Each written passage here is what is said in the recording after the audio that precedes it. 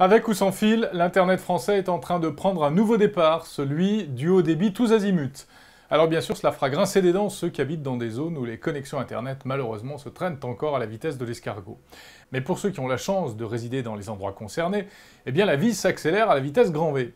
D'abord, il y a la 4G qui, depuis le 1er octobre, a pris un nouveau départ avec le déblocage d'anciennes fréquences, ce qui permet notamment à l'opérateur Bouygues Telecom de rendre tout d'un coup ce très haut débit mobile accessible à plus de 60% de la population. De leur côté, Orange et SFR continuent eux aussi d'ouvrir de nouveaux émetteurs un peu partout dans l'Hexagone. Certes, selon un sondage, une majorité de Français se fichent éperdument de la 4G, et seuls les geeks ont l'intention de souscrire un nouveau forfait, forcément plus cher, pour surfer plus rapidement. Mais on en reparlera peut-être dans quelques temps lorsque les services liés au nuage informatique et aussi certains usages professionnels auront conquis les utilisateurs. Voilà donc en tout cas pour l'Internet mobile. Concernant maintenant l'Internet fixe, à la maison ou au bureau, eh bien les choses bougent aussi très vite en ce moment.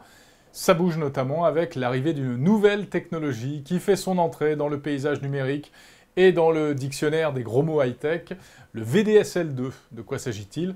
C'est une version remusclée du bon vieil ADSL. Ce VDSL2 permettrait un débit théorique 3 fois supérieur. La bonne nouvelle, c'est que c'est gratuit. La moins bonne, c'est qu'il faut une box de dernière génération. Et surtout, il faut habiter à moins de 1 km du point de raccordement de votre opérateur. Ce qui a d'ailleurs conduit l'ARCEP, l'autorité de régulation des télécoms, à remettre à sa place l'opérateur Free qui a annoncé un peu vite, de manière très commerciale, des débits mirifiques, alors qu'en réalité ce n'est qu'une réalité de laboratoire pour l'instant. Enfin, toujours pour l'Internet à la maison, il y a la fibre optique qui continue de tisser sa toile, même si c'est au ralenti, il faut bien le dire.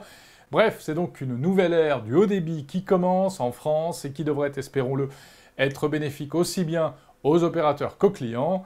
La bonne nouvelle, c'est que dans quelques temps, on ne verra sans doute presque plus la différence entre l'Internet mobile et l'Internet fixe.